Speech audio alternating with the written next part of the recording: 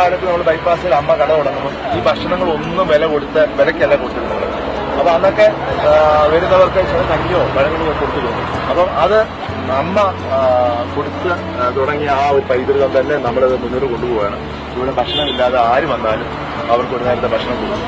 പിന്നെ പൊതിച്ചോറ് അങ്ങനെയുള്ള സാധനങ്ങളൊക്കെ നമ്മൾ വെച്ചിരിക്കും. അത് പാഴ്സലായിട്ട് വേണമെങ്കിലും കൊടുക്കും. ഭക്ഷണം അവർക്ക് പോയിരുന്നു വേണം കഴിക്കുകയും ചെയ്യാം. അപ്പം ആരാധന രോഗികളുമായ ആൾക്കാരായാലും ഈ പൈസ കയ്യിലില്ലാത്ത ആൾക്കാരായാലും പണ്ടിരെന്നോ പാമരെന്നോ വലിയ പണക്കാരെന്നോ പാവപ്പെട്ടി അങ്ങനെ വേർതിരിവൊന്നുമില്ല.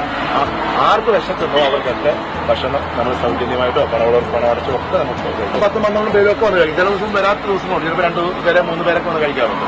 അത് നമ്മൾ കൃത്യമായി കണക്കൊന്നും എടുക്കാറില്ല. അവരൊക്കെ അതിന്റെ കൂട്ടത്തിൽ ഇരുന്ന് കഴിക്കും. നമ്മൾ പോകും, അത്രേ ഉള്ളൂ. അത് നമ്മൾ പറഞ്ഞിട്ടുണ്ട്. പ്രത്യേകിച്ച് അമ്മയുടെ കാലം മുതലേ അങ്ങനെ നമ്മൾ കൊടുക്കാറുണ്ട്. നമ്മളെ ഒരു കാർഷിക കുടുംബം ഞാൻ പറഞ്ഞല്ലോ. അപ്പോൾ അത് അവിടെയും ഭക്ഷണം ഉണ്ടായിരുന്നു. അപ്പൊ നമ്മള് അമ്മച്ചി വീട് തുടങ്ങിയ സമയത്തും നമ്മുടെ അട്ടപ്പാടി മധുര സ്മാരകം നിർത്തി അവിടെയും ഒരു അന്നദാന കലവറയുണ്ട്. അതിപ്പം പ്രവർത്തനരഹിതമാണ്. അത് നമ്മൾ പുനരുജ്ജീവിക്കാൻ കൊണ്ടുവരും. നമ്മൾ കോവിഡ് സമയത്തായാലും പ്രളയ സമയത്തായാലും ഏത് സമയവും എല്ലാ വർഷവും ഈസ്റ്റർ, ക്രിസ്മസിനൊക്കെ നമ്മൾ കൊട്ടാരക്കര മുതൽ പന്തളം വരെയുള്ള തെരുവിലുള്ള എല്ലാവർക്കും അപ്പവും മുട്ടക്കറിയും ഇറച്ചിക്കറിയും ഒക്കെ വെച്ച് നമ്മൾ കൊടുക്കാം. ആശ്രയ ശിശുഭവന്, കൊട്ടാരക്കര ആശ്രയ